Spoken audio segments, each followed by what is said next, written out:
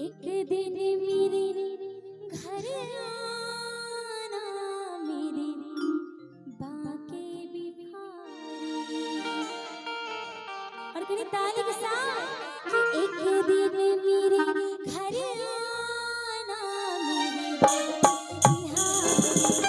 एक दिन मेरे घर आना मेरे बाके बिहारी। बाके बिहारी मेरे कुंज बिहारी।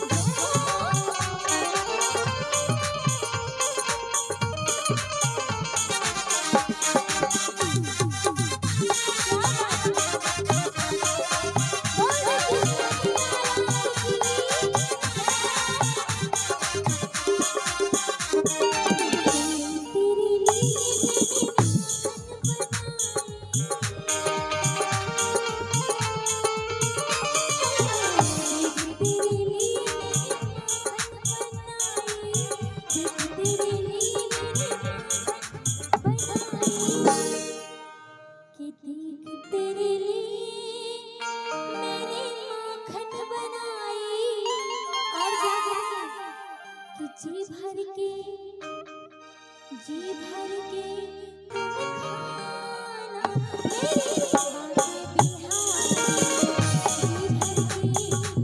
मेरे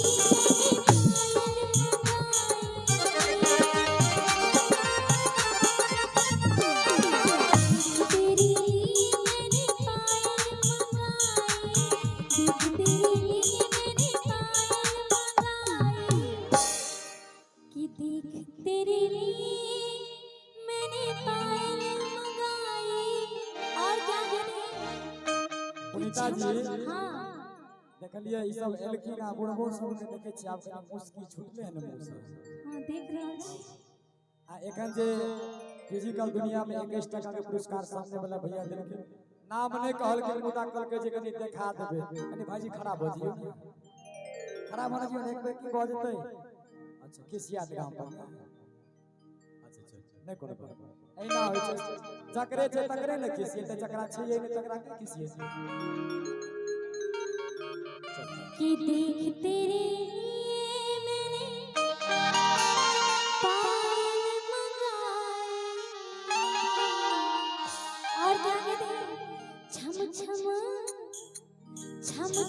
नाच दिखा